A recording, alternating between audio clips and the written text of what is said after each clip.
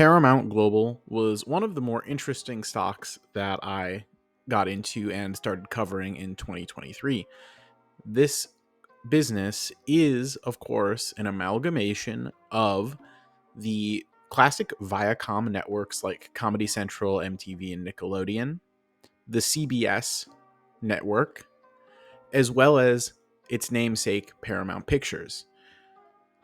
Underneath this banner, they have iconic brands such as South Park, Star Trek, the Showtime network, and its hit shows like Homeland and Ray Donovan, as well as Dexter, all under one roof, as well as every other show produced by the Viacom and CBS networks, as well as every picture produced by Paramount Pictures.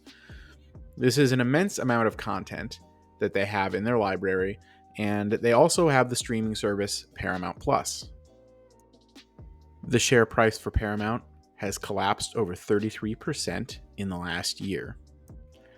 This comes off the back of a bit of softness in their ad revenue, which their live TV brands really rely on that. It's their bread and butter.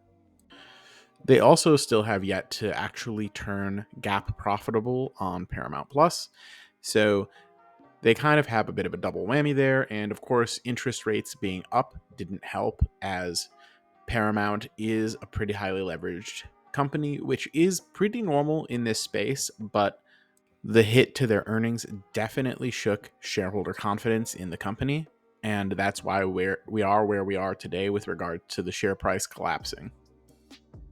Recent quarters have seen a lot of volatility in the company's earnings per share, one of which was deeply negative, and they've rounded the corner now back into the positives, but I think the market does still recognize that this is a far cry from meeting its potential as a company.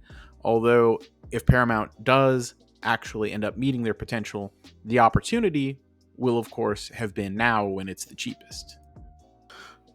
When it comes to the hidden potential of Paramount that they haven't yet tapped, they split their financials into three segments. Basically, the TV, the movies, and like theatrical releases and whatnot, and direct to consumer. Direct to consumer includes Paramount Plus and Pluto TV. So it's their streaming business, right? So in the 3 months ended September 30th, 2023, they had almost $1.7 billion in revenue in this segment. And if you compare it to the comparable quarter in the prior year, revenue is up. Expenses as compared with revenue are down slightly, and they are much closer to that break-even point. Now, if they can round that corner, which it seems like they're inching ever closer to rounding that corner, how would you value this business segment? That is the question. The only way that I know of to determine how you would value just the streaming part of the business for Paramount is by looking at another streaming business and how it's generally valued by the market. So this part requires a little bit of explaining, but this is a preliminary starting number for what just the streaming part of Paramount might be worth, which is $24.5 billion, in my opinion, as a starting point. Not necessarily the final number, but let me explain how I got here.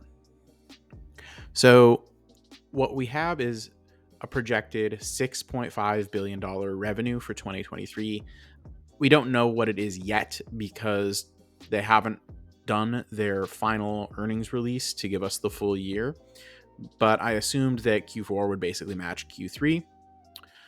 I then took that full year revenue and multiplied it by the lowest price to sales that Netflix ever had in the last 10 years. And that gives you $24.5 billion for sort of a back of the napkin value for what just the streaming part of Paramount Global could be worth. But this gives them the benefit of the doubt that they will figure out profitability.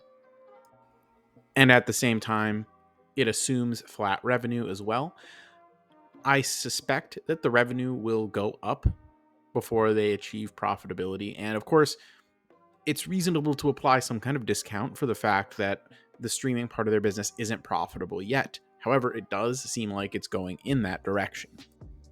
And the fact is that even if you decided you chopped this number in half, the streaming business for Paramount would still be worth more than the entire market cap of the company that includes their theatrical releases and TV media businesses.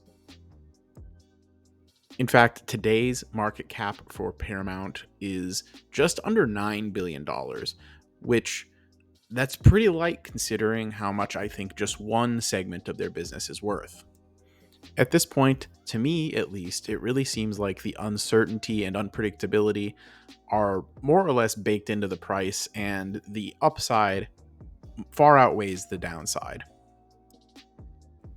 Also, one of the reasons I think that the market may be over punishing Paramount is I think a lot of people got into it potentially as a dividend investment. As you can see on the screen here, they slashed the dividend to the bone down to just a nickel per quarter per share.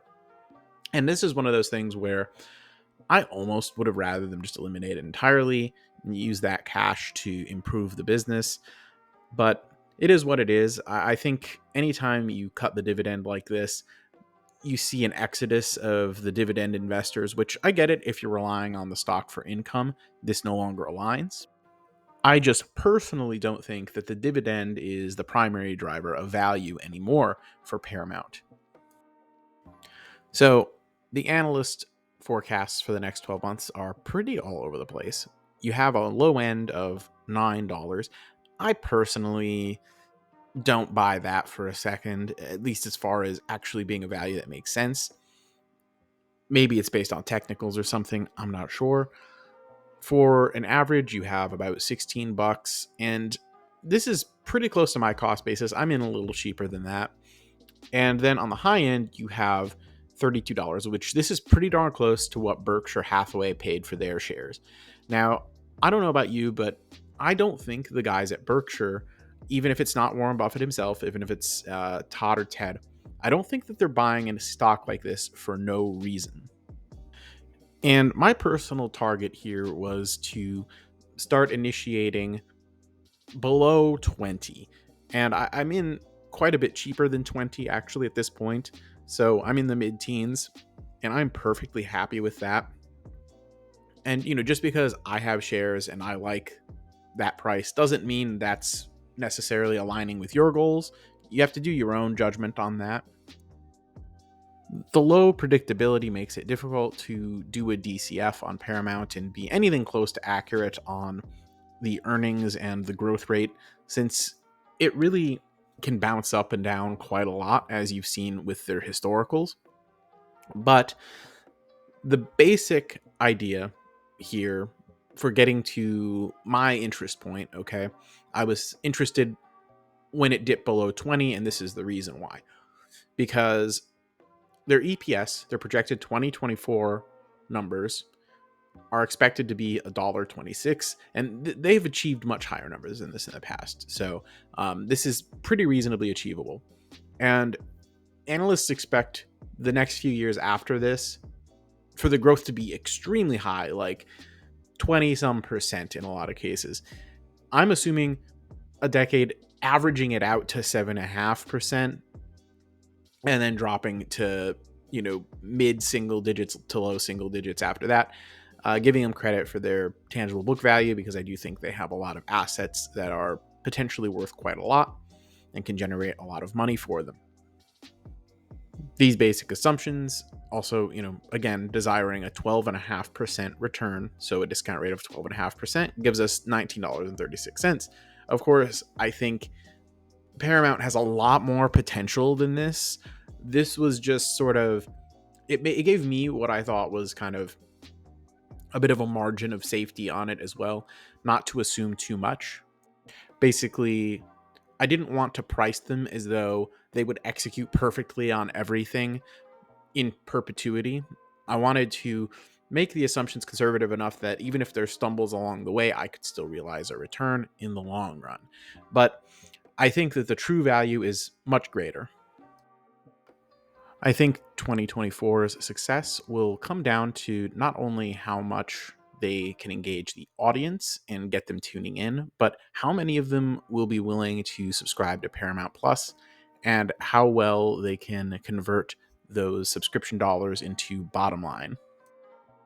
If they keep those direct to consumer streaming numbers moving in the correct direction and towards profitability, my outlook will remain favorable on this company, as I do believe the long term future of Paramount is probably more with Paramount Plus, although live sports and theatrical releases are certainly not going anywhere anytime soon.